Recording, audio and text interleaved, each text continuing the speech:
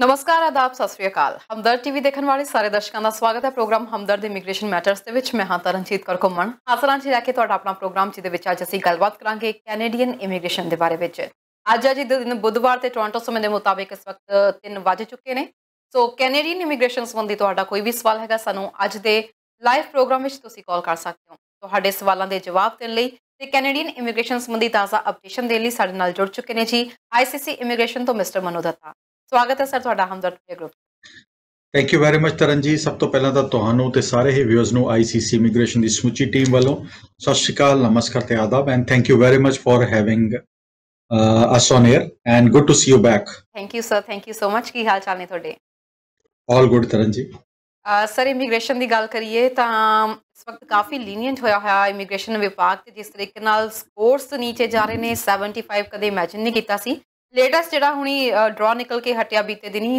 380 points ਗਏ ਨੇ ਤੇ 5500 ਦੇ ਅਰਾਊਂਡ ਜਿਹੜੀਆਂ ਐਪਲੀਕੇਸ਼ਨਸ ਇਨਵਾਈਟ ਕੀਤੀਆਂ ਗਈਆਂ ਨੇ ਕੀ ਕਹਿਣਾ ਚਾਹੋਗੇ ਤਰਨ ਬਿਲਕੁਲ ਠੀਕ ਕਹਿ ਰਹੇ ਹੋ ਜੀ ਐਂਡ ਤਕਰੀਬਨ ਯੂ ਆਰ ਐਬਸੋਲੂਟਲੀ ਰਾਈਟ ਹਾਲੇ ਤੱਕ ਤਕਰੀਬਨ 75000 ਇਨਵੀਟੇਸ਼ਨ ਇਸ ਸਾਲ ਤੱਕ ਦਿੱਤੇ ਜਾ ਚੁੱਕੇ ਨੇ ਹਾਲੇ ਤੱਕ ਮਈ ਦੇ ਮਹੀਨੇ ਤੱਕ ਸੋ ਜੂਨ ਦਾ ਮਹੀਨਾ ਤੇ ਹਲੇ ਸ਼ੁਰੂ ਹੋਇਆ ਸੋ 5 ਮਹੀਨਿਆਂ ਦੇ ਵਿੱਚ 75000 invitation it's a very very big number last year ਦੀ ਗੱਲ ਕਰੀਏ ਤੇ ਐਸੇ ਪੀਰੀਅਡ ਤੱਕ ਤਕਰੀਬਨ 40000 ਇਨਵੀਟੇਸ਼ਨ ਦਿੱਤੇ ਗਏ ਸੀ ਸੋ 35000 ਇਨਵੀਟੇਸ਼ਨ ਉਸ ਤੋਂ ਜ਼ਿਆਦਾ ਹੈਗੇ ਨੇ ਓਵਰ ਲਾਸਟ ਈਅਰ ਐਂਡ ਉਹਦਾ ਰੀਜ਼ਨ ਹੈਗਾ ਕਿ ਇਸ ਟਾਈਮ ਤੇ ਗਵਰਨਮੈਂਟ ਫੋਕਸਡ ਹੈਗੀ ਹੈ ਇਨ ਕੈਨੇਡਾ ਐਪਲੀਕੈਂਟਸ ਦੇ ਉੱਤੇ so that is the reason score ਥੱਲੇ ਜਾ ਰਿਹਾ ਹੈਗਾ ਜਿਹੜਾ ਲਾਸਟ ਡਰਾ ਗਿਆ 380 ਪੁਆਇੰਟਸ ਤੇ ਗਿਆ ਯੂ ਆਰ ਐਬਸੋਲੂਟਲੀ ਰਾਈਟ ਜੀ ਹਲੇ ਹੋਰ ਥੱਲੇ ਵੀ ਜਾਣ ਦੀ ਉਮੀਦ ਹੈ ਸੋ ਕਾਫੀ ਸਾਰੇ ਸਟੂਡੈਂਟਸ ਤਰਨ ਜੀ ਆ ਸੋਚ ਕੇ ਬਹਿ ਗਏ ਸੀਗੇ ਕਿ ਅਸੀਂ ਪਬਲਿਕ ਪਾਲਿਸੀ ਦੇ ਵਿੱਚ ਹੀ ਜਾਣਾ ਆ ਤੇ ਪਬਲਿਕ ਪਾਲਿਸੀ ਦੇ ਉੱਤੇ ਹੀ ਫੋਕਸ ਕਰਨਾ ਹੈ ਸੋ ਉਹਨਾਂ ਸਾਰੇ ਸਟੂਡੈਂਟਸ ਨੂੰ ਇੱਕੋ ਸੱਦਾ ਕਿ do not discount Canadian express class ਜਾਂ ਐਕਸਪ੍ਰੈਸ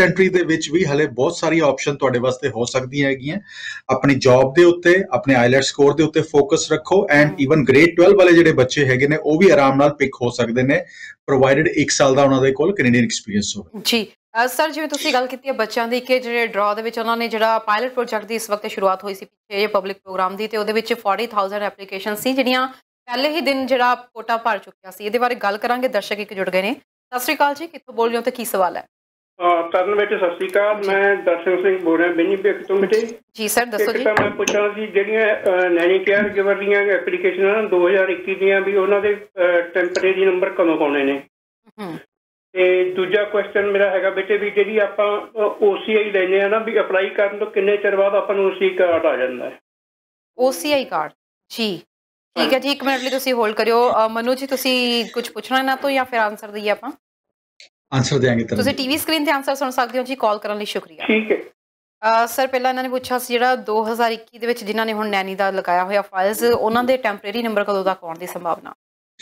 ਓਕੇ ਤਰਨ ਜੀ ਸਭ ਤੋਂ ਪਹਿਲਾਂ ਤਾਂ 2021 ਦੀ ਜਿਹੜੀ ਗੱਲ ਹੈਗੀ ਜਿਹੜੀ ਚਾਈਲਡ ਸਪੋਰਟ ਵਰਕਰਸ ਦੀ ਜਿਹੜੀ ਐਪਲੀਕੇਸ਼ਨ ਦਾ ਕੋਟਾ ਸੀਗਾ ਉਹ ਪੂਰਾ ਹੋ ਚੁੱਕਾ ਹੈਗਾ ਸੋ ਹੁਣ ਹੋਮ ਸਪੋਰਟ ਦੀਆਂ ਐਪਲੀਕੇਸ਼ਨਸ ਹਾਲੇ ਲੱਗ ਸਕਦੀਆਂ ਹੈਗੀਆਂ ਐਂਡ ਹਾਲੇ 2019 ਤੇ 2020 ਦੀ ਐਪਲੀਕੇਸ਼ਨਸ ਦੇ ਉੱਤੇ ਕੰਮ ਹੋ ਰਿਹਾ ਸੋ 2021 ਦੀ applications will take a little bit more extra time because ਹਲੇ ਜਿਹੜਾ ਫੋਕਸ ਹੈਗਾ ਇਮੀਗ੍ਰੇਸ਼ਨ ਮਿਨਿਸਟਰ ਸਾਹਿਬ ਨੇ ਕਿਹਾ ਸੀਗਾ ਕਿ 1500 ਐਪਲੀਕੇਸ਼ਨ ਜਿਹੜੀਆਂ ਪਿਛਲੇ ਸਾਲਾਂ ਦੀਆਂ ਹੈਗੀਆਂ ਉਹ ਜੂਨ ਤੱਕ ਪ੍ਰੋਸੈਸ ਹੋਣਗੀਆਂ and by the end of the year 5000 application process ਹੋਣਗੀਆਂ ਸੋ ਫਾਈਲ ਨੰਬਰ ਆਣ ਜੇ ਨਾਰਮਲੀ ਫਾਈਲ ਨੰਬਰ 4 ਤੋਂ 5 ਮਹੀਨਿਆਂ ਦੇ ਵਿੱਚ ਆ ਜਾਂਦਾ ਹੈਗਾ 3 to 6 months ਰਾਦਰ ਐਂਡ ਜੇ ਇੰਨਾ ਟਾਈਮ ਹੋ ਗਿਆ ਵੈਸੇ ਕੋਈ ਘਬਰਾਉਣ ਦੀ ਲੋੜ ਨਹੀਂ ਹੈ ਕਿ just wait and watch that is what I would suggest ਜੀ OCI ਕਾਰਡ ਬਾਰੇ ਸਰ ਤੁਹਾਨੂੰ ਕੋਈ ਨੌਲੇਜ ਹੈ ਜਾਂ ਇਹਨਾਂ ਨੂੰ ਇੰਡੀਅਨ ਕਾਉਂਸਲੇਟ ਵਾਲਿਆਂ ਨਾਲ ਹੀ ਸੰਪਰਕ ਕਰਨਾ ਚਾਹੀਦਾ ਇੰਡੀਅਨ ਕਾਉਂਸਲੇਟ ਨਾਲ ਸੰਪਰਕ ਕਰਨਾ ਪਏਗਾ ਕਿਉਂਕਿ I am not the right person to answer this ਜੀ ਬਿਲਕੁਲ ਤੇ ਸਰ ਮੈਂ ਗੱਲ ਕਰ ਰਹੀ ਸੀ ਜਿਹੜੇ ਪਬਲਿਕ ਤੇ ਪਾਲਿਸੀ ਇਹਨਾਂ ਨੇ ਕੱਢੀ ਸੀ ਤੇ 40000 ਸਟੂਡੈਂਟਸ ਨੂੰ ਇਨਵੀਟੇਸ਼ਨ ਉਹਦੇ ਵਿੱਚ ਮਿਲਿਆ ਸੀ ਪਹਿਲੇ ਦਿਨ ਜਿਹੜਾ ਆ ਇਹ ਆਲਮੋਸਟ ਫੁੱਲ ਹੋ ਚੁੱਕੀਆਂ ਸੀ ਪੂਰੀਆਂ 40000 ਜਾਂ 40000 ਐਪਲੀਕੇਸ਼ਨਸ ਲੱਗ ਚੁੱਕੀਆਂ ਸੀ ਹੁਣ ਕਈਆਂ ਦਾ ਸੁਣਨ ਦੇ ਵਿੱਚ ਆ ਰਿਹਾ ਹੈ ਕਿ ਕਈਆਂ ਦੀ ਫਾਈਲਿੰਗਸ ਜਿਹੜੀ ਅਧੂਰੀ ਰਹਿ ਗਈ ਸੀ ਤੇ ਕਈਆਂ ਦੇ ਪੇਪਰਸ ਪੂਰੇ ਨਾ ਹੋਣ ਦੇ ਕਰਕੇ ਹੁਣ ਉਹ ਵਾਪਸ ਕੀਤੀਆਂ ਜਾ ਰਹੀਆਂ ਨੇ ਸੋ ਇਹਦੇ ਬਾਰੇ ਜਾਣਨਾ ਚਾਹੁੰਦੀ ਹਾਂ ਕਿ ਕਿਹੜੇ ਹਾਲਾਤਾਂ ਦੇ ਵਿੱਚ ਇਹ ਐਪਲੀਕੇਸ਼ਨਸ ਜਿਹੜੀਆਂ ਨੇ ਵਾਪਸ ਕੀਤੀਆਂ ਜਾ ਰਹੀਆਂ ਨੇ ਤੇ ਐਪਲੀਕੇਸ਼ਨ ਲਗਾਉਣ ਦਾ ਸਹੀ ਤਰੀਕਾ ਵੀ ਫਿਰ ਤਰਨ ਹੋਇਆ ਕੀ ਸੀਗਾ ਕਿ ਕਾਫੀ ਸਾਰੇ ਡਾਕੂਮੈਂਟੇਸ਼ਨਸ ਐਂਡ ਸਾਰੇ ਕੰਪਲੀਟ ਡਿਟੇਲਸ ਫਸਟ ਇਨਸਟੈਂਸ ਦੇ ਵਿੱਚ ਹੀ ਜਾਣੀ ਸੀਗੀ and you are absolutely right ਜੀ, ਵਿਦਿਨ 24 ਆਵਰ ਜਿਹੜਾ 40,000 ਦਾ ਕੋਟਾ ਸੀਗਾ ਉਹ ਪੂਰਾ ਹੋ ਗਿਆ ਸੀਗਾ, ਲੈਸ ਦੈਨ 24 ਆਵਰਸ ਦੇ ਵਿੱਚ ਰਹਾ। ਐਂਡ ਬਹੁਤ ਸਾਰੇ ਸਟੂਡੈਂਟਸ ਨੇ ਆਪਣੇ ਆਪ ਐਪਲੀਕੇਸ਼ਨਸ ਲਗਾਉਣ ਦੀ ਕੋਸ਼ਿਸ਼ ਕੀਤੀ, ਕਿਸੇ ਨੇ ਫਾਰਮ ਭਰਿਆ ਨਹੀਂ ਭਰਿਆ, ਠੀਕ ਤਰ੍ਹਾਂ ਭਰਿਆ ਨਹੀਂ ਭਰਿਆ, ਤੇ it did not matter to them, ਔਰ ਇੰਨਾ ਚਾਅ ਸੀਗਾ ਕਿ 40,000 ਦੇ ਵਿੱਚ ਅਸੀਂ ਆ ਗਏ ਹਾਂ। ਐਂਡ ਕੁਛ ਨੇ ਤੇ ਆਪਣੀਆਂ ਜੌਬ ਲੈਟਰਸ ਵੀ ਨਹੀਂ ਲਿੱਤੀਆਂ ਨਵੀਆਂ, ਜਦ ਕਿ ਇਟ ਵਾਸ ਕਲੀਅਰਲੀ ਮੈਂਸ਼ਨਡ ਕਿ ਜੌਬ ਲੈਟਰਸ ਰਿਕੁਆਇਰਡ ਹੈਗੀਆਂ, ਪੁਲਿਸ ਕਲੀਅਰੈਂਸ ਰਿਕੁਆਇਰਡ ਹੈਗਾ। ਜੇ ਪੁਲਿਸ ਕਲੀਅਰੈਂਸ ਨਹੀਂ ਲਿੱਤਾ ਹੋਇਆ ਤੇ ਉਹਦੇ ਫੀਸ ਦੇ ਰਿਸਿਪਟਸ ਵਗੈਰਾ, VFS ਦੀਆਂ ਰਿਸਿਪਟਸ ਲੱਗ ਸਕਦੀਆਂ ਸੀਗੀਆਂ, ਬਹੁਤ ਸਾਰੀਆਂ ਚੀਜ਼ਾਂ ਹੋਰ ਇਸੇ ਤਰ੍ਹਾਂ ਪੇ ਸਲਿਪਸ ਦੀਆਂ ਪੋਸੀਬਲ ਸੀਗੀਆਂ। ਸੋ ਆਈਲੈਟਸ ਦੇ ਸਕੋਰ ਕਾਰਡ ਦੇ ਉੱਤੇ ਵੀ ਕਾਫੀ ਬੱਚਿਆਂ ਨੇ ਆਪਣੇ ਆਪ ਮਨਮਰਜ਼ੀ ਕੀਤੀਆਂ। ਸੋ ਉਹ ਬੱਚਿਆਂ ਦੀਆਂ ਫਾਈਲਾਂ ਵਾਪਸ ਹਲੇ ਤੇ ਹੋਰ ਵੀ ਨੰਬਰਸ ਆਣਗੇ ਤਰਨ, ਹਲੇ ਤਾਂ ਇਟਸ ਜਸਟ ਇਨੀਸ਼ੀਅਲ ਅਸੈਸਮੈਂਟ ਜਿਹੜੀਆਂ ਆਈਆਂ ਹੈਗੀਆਂ। ਸੋ ਇੱਕੋ ਹੀ ਚੀਜ਼ ਕਹਿਣਾ ਚਾਹਾਂਗਾ ਕਿ ਕਦੀ ਵੀ ਤੁਸੀਂ ਇਹੋ ਇੱਕ ਬੜੀ ਵੱਡੀ ਗੋਲਡਨ ਓਪਰਚੁਨਿਟੀ ਸੀਗੀ ਤਰਨ, ਐਂਡ ਬਹੁਤ ਸਾਰੇ ਬੱਚੇ ਇਹਦੇ ਵਿੱਚ 40,000 ਬੱਚਾ is not a small number, 40,000 ਬੱਚਾ ਆਰਾਮ ਨਾਲ ਪੀਆਰ ਹੋ ਸਕਦਾ ਸੀਗਾ। ਹਲੇ ਬੜੀ ਵੱਡੀ ਤਾਦਾਦ ਦੇ ਬੱਚੇ ਇਹੋ ਜਿਹੇ ਨਿਕਲ ਕੇ ਆਣਗੇ ਜਿਨ੍ਹਾਂ ਦੀ ਐਪਲੀਕੇਸ਼ਨ ਠੀਕ ਨਹੀਂ ਲੱਗੀਆਂ, ਜਾਂ ਐਪਲੀਕੇਸ਼ਨ ਦੇ ਵਿੱਚ A ਨੇ B ਦੀ ਐਪਲੀਕੇਸ਼ਨ ਲਗਾਤੀ। ਇਹੋ ਜਿਹੇ ਵੀ ਕਈ ਇੰਸਟੈਂਸਸ ਸਾਡੀ ਨਜ਼ਰ ਦੇ ਵਿੱਚ ਆਏ ਨੇ। ਸੋ ਬੱਚੇ ਫੋਨ ਕਰਦੇ ਜੀ ਅਸੀਂ ਮੈਂ ਆਪਣੀ ਤਾਂ ਐਪਲੀਕੇਸ਼ਨ ਲਗਾਣੀ ਦੇ ਨਾਲ ਮੇਰੇ ਕਜ਼ਨ ਦੀ ਐਪਲੀਕੇਸ਼ਨ ਚਲੀ ਗਈ। ਸੋ ਇਹੋ ਜਿਹੀਆਂ ਬੜੀਆਂ ਚੀਜ਼ਾਂ ਜਦੋਂ ਤੁਸੀਂ ਪ੍ਰੋਫੈਸ਼ਨਲੀ ਨਹੀਂ ਕਰਦੇ ਤਾਂ ਇਹੋ ਜਿਹੀ ਚੀਜ਼ਾਂ ਤੁਹਾਨੂੰ ਬਾਅਦ ਚੋਂ ਤੰਗ ਕਰਦੀਆਂ ਹੈਗੀਆਂ। ਜਦੋਂ ਗੋਲਡਨ ਓਪਰਚੁਨਿਟੀ ਆਵੇ ਨਾ ਉਹਨੂੰ ਗ੍ਰੈਬ ਕਰਨਾ ਚਾਹੀਦਾ ਹੈ, ਰਾਦਰ ਦੈਨ ਜੇ ਤੁਸੀਂ ਮੈਂ ਹਮੇਸ਼ਾ ਕਹਿੰਦਾ ਜੀ ਜਿਸ ਚੀਜ਼ ਦੇ ਤੁਸੀਂ ਮਾਹਰ ਹੈਗੇ ਹੋ ਉਹ ਚੀਜ਼ ਆਪਣੇ ਆਪ ਕਰੋ। ਜੇ ਚੀਜ਼ ਤੁਸੀਂ ਆਪਣੇ ਆਪ ਮਾਹਰ ਨਹੀਂ ਹੈਗੇ, ਕਿਸੇ ਪ੍ਰੋਫੈਸ਼ਨਲ ਦੀ ਹੈਲਪ ਜ਼ਰੂਰ ਲਓ ਤਾਂ ਕਿ ਉਹ ਤੁਹਾਨੂੰ ਸਹੀ ਰਾਹੇ ਪਾ ਸਕਣ। ਜੀ ਸਰ, ਜਿਹੜੀ ਤੁਸੀਂ ਗੱਲ ਕੀਤੀ ਆ ਫਾਈਲਸ ਦੀ, ਕਿ ਫਾਈਲਸ ਕਈਆਂ ਨੇ ਅਧੂਰੀਆਂ ਲਗਾਈਆਂ ਨੇ, ਕਈਆਂ ਨੂੰ ਇਹ ਸੋਚ ਰਹੇ ਸੀ ਕਿ ਜਿਵੇਂ ਬਾਕੀ ਪਹਿਲਾਂ ਦੇ ਪ੍ਰੋਗਰਾਮਸ ਦੇ ਵਿੱਚ ਹੋਇਆ ਕਿ ਜੇਕਰ ਕੋਈ ਤੁਹਾਡੇ ਕੋਲ ਆਪਣੀ ਫਾਈਲ ਦੇ ਵਿੱਚ ਕੋਈ ਪੇਪਰ ਕੰਪਲੀਟ ਨਹੀਂ ਹੈਗਾ ਤਾਂ ਉਹ ਤੁਹਾਡੇ ਤੋਂ ਦੁਬਾਰਾ ਮੰਗ ਸਕਦੇ ਸੀ। ਹਾਲਾਂਕਿ ਉਹਨਾਂ ਨੇ ਕਿਹਾ ਸੀ ਕਿ ਦੁਬਾਰਾ ਕੋਈ ਨਹੀਂ ਮੰਗਿਆ ਜਾਏਗਾ। ਇਸ ਦੇ ਬਾਵਜੂਦ ਕਈਆਂ ਨੇ ਇਸ ਤਰੀਕੇ ਨਾਲ ਫਾਈਲ ਲਗਾਈ ਹੈ ਕਿ ਪੈਂਡੈਮਿਕ ਦੇ ਅਸਰ ਦੇ ਕਰਕੇ ਪੇਪਰ ਪੂਰੇ ਨਹੀਂ ਕਰ ਸਕੇ, ਇਸ ਲਈ ਅਸੀਂ ਫਾਈਲਿੰਗ ਕਰ ਰਹੇ ਹਾਂ ਕਿ ਆਉਣ ਵਾਲੇ ਸਮੇਂ ਸਾਡੇ ਤੋਂ ਜੇ ਪੇਪਰਸ ਮੰਗੇ ਜਾਣਗੇ ਤਾਂ ਅਸੀਂ ਉਹ ਦੇਣ ਨੂੰ ਤਿਆਰ ਹਾਂ। ਤਰਾ ਜੀ, but it was clearly mentioned ਉਹ ਬੜੀ ਘੱਟ ਤਾਦਾਦ ਹੈਗੀ ਹੈ, ਬਟ ਕਾਫੀ ਤਾਦਾਦ ਇਹੋ ਜਿਹੀ ਹੈਗੀ ਹੈ ਜਿਹੜੇ ਐਪਲੀਕੇਸ਼ਨਸ ਕੰਪਲੀਟ ਨਹੀਂ ਸੀਗੀਆਂ ਜਾਂ ਆ ਸੋਚ ਕੇ ਲਗਾਤੀ ਕਿ ਚੱਲ ਜਾਊਗਾ, ਇਮੀਗ੍ਰੇਸ਼ਨ ਡਿਪਾਰਟਮੈਂਟ ਹੀ ਹੈਗਾ, ਕੋਈ ਨਹੀਂ ਵਾਪਸ ਆ ਜਾਊਗਾ, ਕੀ ਪੁੱਛ ਲੈਣਗੇ ਦੁਬਾਰਾ। So it was clearly mentioned ਕਿ ਜਿਨ੍ਹਾਂ ਦੀਆਂ ਫਾਈਲਸ ਪੂਰੀਆਂ ਨਹੀਂ ਹੋਣਗੀਆਂ ਉਹਨਾਂ ਦੀ ਫੀਸ ਵੀ ਵਾਪਸ ਨਹੀਂ ਆਏਗੀ। ਸਰ, ਜਿਹੜੀ ਹੁਣ ਇਸ ਵਕਤ PNP ਦੀ ਵੀ ਸੁਣਨ ਦੇ ਵਿੱਚ ਆਇਆ ਕਿ ਸਕਿੱਲ ਟ੍ਰੇਡ ਦੇ ਵਿੱਚ ਕੁਝ ਜਿਹੜੇ ਇਨਵੀਟੇਸ਼ਨਸ ਭੇਜੇ ਗਏ ਨੇ, ਉਹ ਕਿੱਥੇ ਭੇਜੇ ਗਏ ਨੇ ਤੇ ਕਿੰਨੇ ਕਿ ਇਨਵੀਟੇਸ਼ਨਸ ਭੇਜੇ ਗਏ ਨੇ? ਬਿਲਕੁਲ ਤਰਨ, ਓਨਟਾਰੀਓ PNP ਨੇ ਕੱਲ ਇੱਕ ਡਰਾਅ ਪਿਕ ਕੀਤਾ ਹੈ ਜੀ, ਐਂਡ ਇਹ ਸਕਿੱਲ ਟ੍ਰੇਡਸ ਦਾ ਡਰਾਅ ਹੈਗਾ। ਸਕਿੱਲ ਟ੍ਰੇਡ ਦੇ ਵਿੱਚ ਕੁਕਸ, ਸ਼ੈਫਸ, ਬੇਕਰਸ, ਇਲੈਕਟ੍ਰੀਸ਼ੀਅਨਸ, ਪਲੰਬਰਸ, ਕੰਸਟਰਕਸ਼ਨ ਇੰਡਸਟਰੀ ਤੋਂ ਜੇ ਤੁਹਾਡਾ ਤਾਲੁਕ ਹੈਗਾ, ਤੁਹਾਡਾ ਐਪਲੀਕੇਸ਼ਨਸ ਪਿਕ ਹੋਈਆਂ। ਈਵਨ ਮਸ਼ੀਨਿਸਟ ਹੈਗੇ ਹੋ, ਮਕੈਨਿਕਸ ਹੈਗੇ ਹੋ, ਉਹਨਾਂ ਟ੍ਰੇਡ ਦੇ ਵਿੱਚ 6 to 7 ਐਂਡ ਇਹਨਾਂ ਟ੍ਰੇਡ ਦੇ ਵਿੱਚ ਐਪਲੀਕੇਸ਼ਨਸ ਪਿਕ ਕੀਤੀਆਂ ਗਈਆਂ। ਸੋ ਤਕਰੀਬਨ 1000 ਐਪਲੀਕੇਸ਼ਨਸ ਇਨਵੀਟੇਸ਼ਨਸ ਆਏ ਹੈਗੇ ਨੇ ਜੀ, ਐਂਡ ਆ ਜਿਹੜਾ ਸਕੋਰ ਜਿਹੜਾ ਪਿਕ ਕੀਤਾ ਗਿਆ 300 ਤੋਂ ਲੈ ਕੇ 379 ਸਕੋਰ ਦੇ ਵਿੱਚ ਡਰਾਅ ਪਿਕ ਕੀਤਾ ਗਿਆ ਹੈਗਾ। So good luck to all those who got picked up in this draw. And ਹੁਣ ਅੱਗੇ ਮੇਨ ਐਪਲੀਕੇਸ਼ਨ ਜਾਣੀ ਹੈਗੀ ਹੈ। Make sure you have a complete application and it is done properly and right in the first instance। ਜੀ ਬਿਲਕੁਲ, ਇਹਦੇ ਬਾਰੇ ਗੱਲ ਕਰਾਂਗੇ। ਸਰ, ਇੱਕ ਦਰਸ਼ਕ ਜੁੜ ਗਏ ਨੇ ਸਾਡੇ ਨਾਲ। ਸਤਿ ਸ਼੍ਰੀ ਅਕਾਲ ਜੀ, ਕਿੱਥੋਂ ਬੋਲ ਰਹੇ ਹੋ ਤੇ ਕੀ ਸਵਾਲ ਹੈ? ਬੋਲ ਰਿਹਾ ਹਾਂ।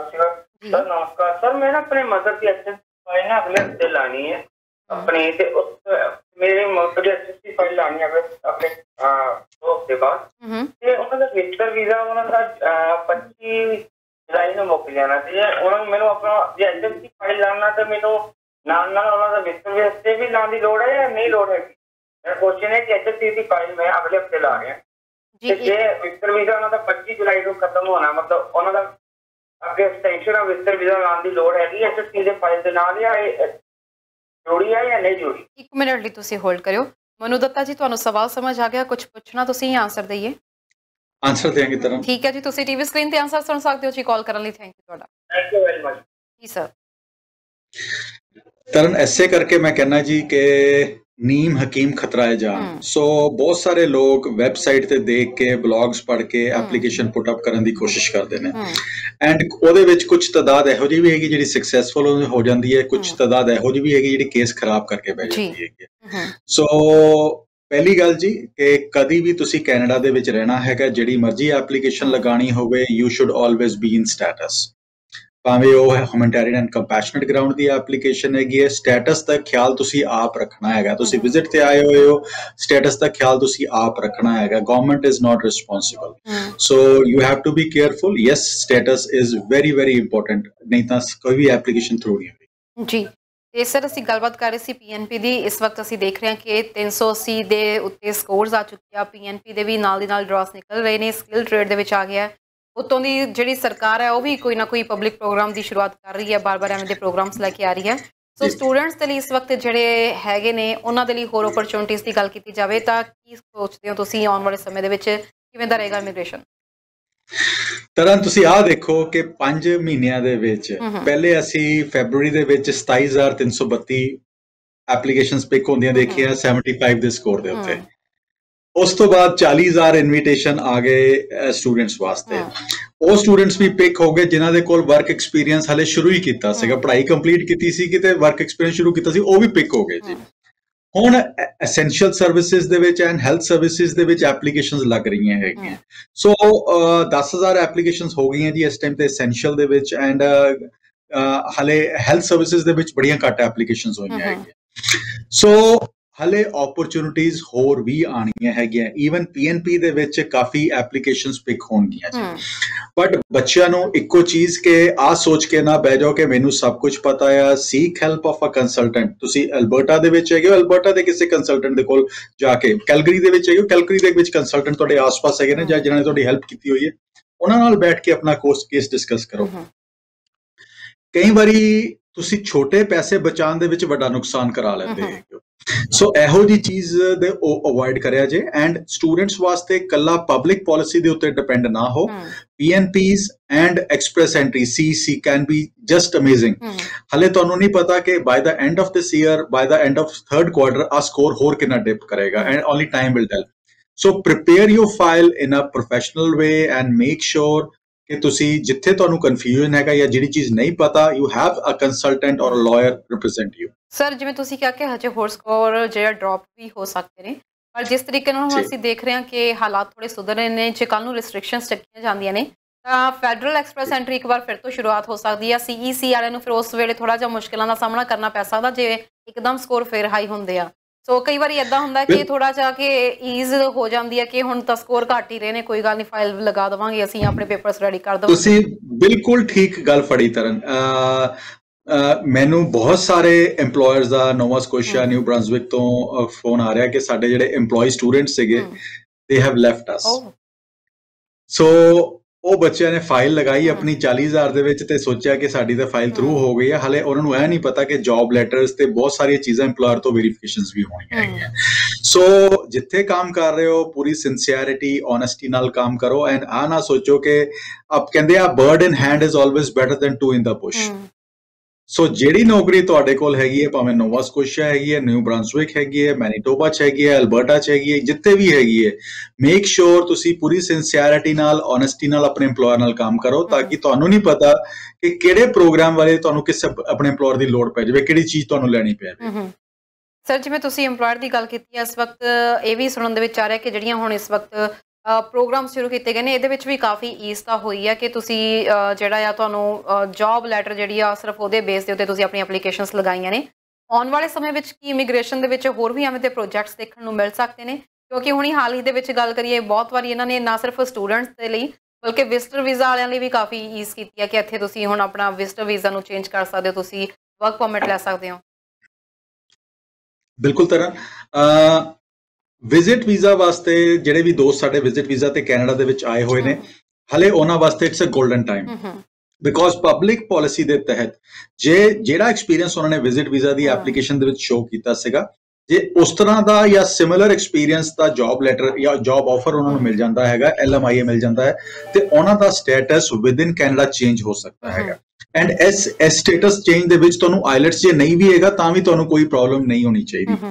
ਸੋ ਆ ਬੜੀ ਵੱਡੀ ਇੱਕ ਸਹੂਲਤ ਦਿੱਤੀ ਗਈ ਹੈ ਬਿਕੋਜ਼ ਕੈਨੇਡੀਅਨ ਗਵਰਨਮੈਂਟ ਚਾਹੁੰਦੀ ਹੈ ਕਿ ਜਿਹੜੀ ਸਾਨੂੰ ਵਰਕਫੋਰਸ ਦੀ ਸ਼ਾਰਟੇजेस ਇਸ ਟਾਈਮ ਫੇਸ ਕਰਨੇ ਪੈ ਰਹੀ ਹੈ ਸਾਡੇ EMPLOYERS ਨੂੰ, ਉਹ ਸ਼ਾਰਟੇजेस ਅਸੀਂ ਕਿਸੇ ਨਾ ਕਿਸੇ ਤਰ੍ਹਾਂ ਪੂਰੀ ਕਰਨ ਦੀ ਕੋਸ਼ਿਸ਼ ਕਰੀਏ ਆਪਣੇ EMPLOYERS ਵਾਸਤੇ। So that is the reason ਆ ਸਾਰੀਆਂ ਚੀਜ਼ਾਂ ਸਹੂਲਤਾਂ ਦਿੱਤੀਆਂ ਜਾ ਰਹੀਆਂ ਹੈਗੀਆਂ। ਹੁਣ ਜਿਹੜੇ ਦੋਸਤ ਕੋਲ LMIA ਮਿਲ ਗਿਆ, ਗ੍ਰੇਟ ਫॉर them। ਜੇ ਕਿਸੇ ਨੂੰ ਨਹੀਂ ਮਿਲਿਆ ਤੇ ਉਹ ਕਿਸੇ ਕੰਸਲਟੈਂਟ ਲਾਇਰ ਨਾਲ ਬੈਠ ਕੇ ਡਿਸਕਸ ਕਰ ਸਕਦੇ ਨੇ। ਤੁਹਾਡੇ ਕੋਲ EMPLOYER ਹੈਗਾ ਆ ਜਿਹੜਾ ਤੁਹਾਨੂੰ ਹਾਇਰ ਕਰਨ ਵਾਸਤੇ ਤਿਆਰ ਹੈਗਾ, ਤੁਹਾਨੂੰ ਪ੍ਰੋਫੈਸ਼ਨਲ ਹੈਲਪ ਚਾਹੀਦੀ ਹੈਗੀ ਹੈ LMIA ਅਪਰੂਵ ਕਰਾਉਣ ਵਾਸਤੇ HRSDC ਤੇ ਤੁਸੀਂ ICC ਤੇ ਸਾਨੂੰ ਕੰਟੈਕਟ ਕਰ ਸਕਦੇ ਹੋ। We can assist you and guide you. And ਇੱਕੋ ਹੀ ਚੀਜ਼ ਕਵਾਂਗਾ ਕਿ do it right but in the first time ਜੀ। ਸੈਕੰਡ ਟਾਈਮ ਦਾ ਨਾ ਸੋਚੋ ਜੀ। ਸਰ ਇੱਥੇ ਇਮੀਗ੍ਰੇਸ਼ਨ ਡਿਪਾਰਟਮੈਂਟ ਦੀ ਜੇ ਮੈਂ ਗੱਲ ਕਰਾਂ, ਨਵੀਆਂ ਐਪਲੀਕੇਸ਼ਨਸ ਲਈਆਂ ਜਾ ਰਹੀਆਂ ਨੇ, ਇਹਦੇ ਬਾਰੇ ਮੈਂ ਗੱਲ ਕਰੂੰਗੀ। ਇੱਕ ਦਰਸ਼ਕ ਪਹਿਲਾਂ ਜੁੜ ਗਏ ਨੇ। ਸਤਿ ਸ਼੍ਰੀ ਅਕਾਲ ਜੀ, ਕਿੱਥੋਂ ਬੋਲ ਰਹੇ ਹੋ ਤੇ ਕੀ ਸਵਾਲ ਹੈ ਤੁਹਾਡਾ? ਹੈਲੋ, ਅਸੀਂ ਐਕਸਪੋਰਟ ਤੋਂ ਬੋਲਦੇ ਹਾਂ ਜੀ। ਜੀ, ਕੀ ਸਵਾਲ ਹੈ ਜੀ ਤੁਹਾਡਾ? ਮੇਰਾ ਇਹ ਸਵਾਲ ਹੈ, ਮੇਰੀ ਫਾਈਲ ਲੱਗੀ ਹੋਈ ਆ 19 ਦੀ, ਵੀ ਮੇਰਾ ਜਿੱਦਾਂ ਸਾਰਾ ਕੁਝ ਹੋਇਆ ਆ, ਵੀ ਮੇਰਾ ਕਦ ਆ ਸਕਦਾ ਹੈ ਪੂਰ ਜਿੱਦਾਂ ਵੀ ਕੋਈ ਵੀ ਚਿੱਠੀ ਜੀ। ਤੁਹਾਡੀ ਕਿਸ ਚੀਜ਼ 'ਚ ਫਾਈਲ ਲੱਗੀ ਸੀ? ਮੇਰੀ ਜਿੱਦਾਂ ਫਾਈਲ ਮੇਰੇ ਨੌ ਪੱਤਨ ਲਾਈ ਸੀ ਵੀ ਆ ਜਿਹੜੀਆਂ 19 ਦੇ ਵਿੱਚ ਨਿਕਲੀਆਂ ਸੀਗੀਆਂ ਉਹਦੇ ਵਿੱਚ parents application the. Sir I think ਤੁਸੀਂ ਪਹਿਲਾਂ ਵੀ ਮੇਰੇ ਖਿਆਲ 'ਚ ਕਾਲ ਕੀਤੀ ਸੀ ਇੱਕ ਵਾਰੀ ਪ੍ਰੋਗਰਾਮ ਦੇ ਵਿੱਚ ਜੀ। ਮਨੂ ਦੱਤਾ ਜੀ ਕੁਝ ਪੁੱਛਣਾ ਚਾਹੁੰਦੇ ਹੋ ਜਾਂ ਆਪਾਂ ਆਨਸਰ ਦਈਏ? ਹਾਂਜੀ ਕੀਤੀ ਸੀ ਜੀ। ਤੁਸੀਂ ਟੀਵੀ ਸਕਰੀਨ ਤੇ ਆਨਸਰ ਸੁਣ ਸਕਦੇ ਹੋ ਜੀ। ਕਾਲ ਕਰਨ ਲਈ ਸ਼ੁਕਰੀਆ ਤੁਹਾਡਾ ਜੀ ਸਰ। ਤਰਨ ਹਾਲੇ ਪੇਰੈਂਟਲ ਦਾ ਨਾਰਮਲ ਪ੍ਰੋਸੈਸਿੰਗ ਟਾਈਮ ਤਕਰੀਬਨ 2 ਸਾਲ ਦੇ ਆਸ-ਪਾਸ ਦਾ ਹੈਗਾ।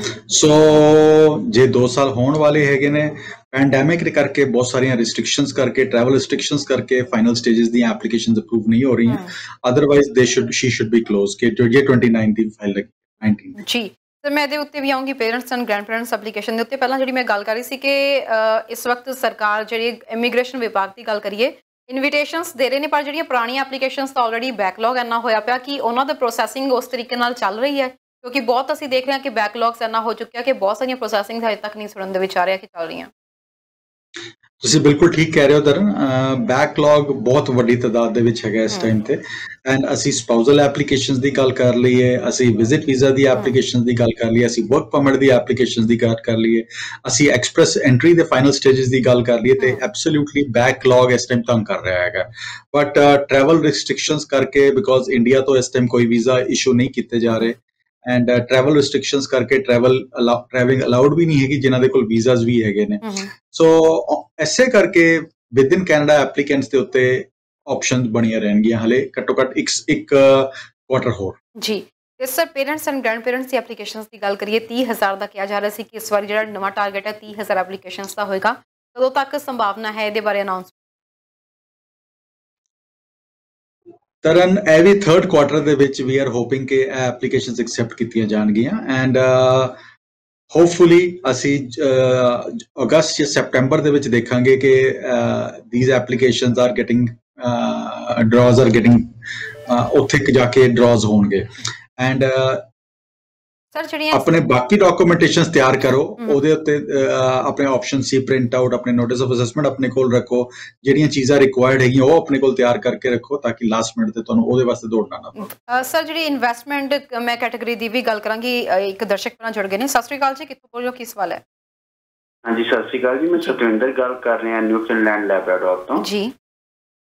ਐਕਚੁਅਲੀ ਮੈਂ ਆਪਣੀ ਫਾਈਲ ਲਾਈ ਸੀਗੀ PR ਵਾਸਤੇ ਮਈ 2019 ਚ PNP ਦੇ ਥਰੂ ਜੀ। ਤੇ ਮਤਲਬ ਹੁਣ 2 ਸਾਲ ਜਿੱਦਾਂ ਹੋ ਗਏ ਆ ਤੇ ਉਹ ਸਟਿਲ ਮਤਲਬ ਮੈਡੀਕਲ ਵਗੈਰਾ ਸਾਰਾ ਕੁਝ ਸਾਡਾ ਹੋ ਗਿਆ ਤੇ ਉਹ ਸਟਿਲ ਕਹਿ ਰਹੇ ਹੈ ਕਿ ਪ੍ਰੋਸੈਸ ਦੇ ਵਿੱਚ ਹੈ ਜੀ।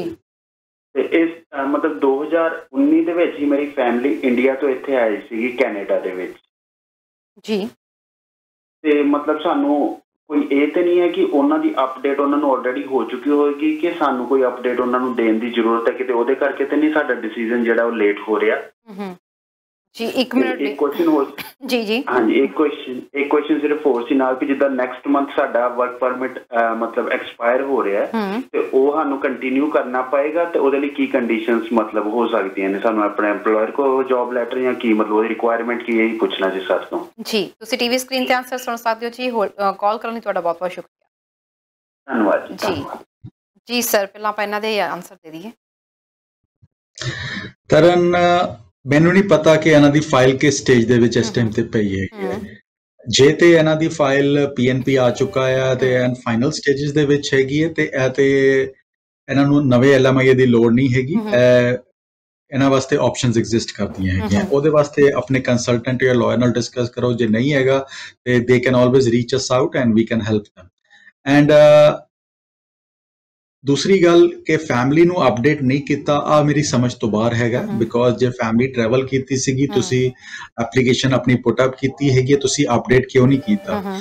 ਸੋ ਐਸੇ ਕਰਕੇ ਕਹਿੰਦੇ ਆ ਕਿ you are all very intelligent people but professionals ਤੁਹਾਨੂੰ ਬੈਟਰ ਗਾਈਡ ਕਰ ਸਕਦੇ ਨੇ।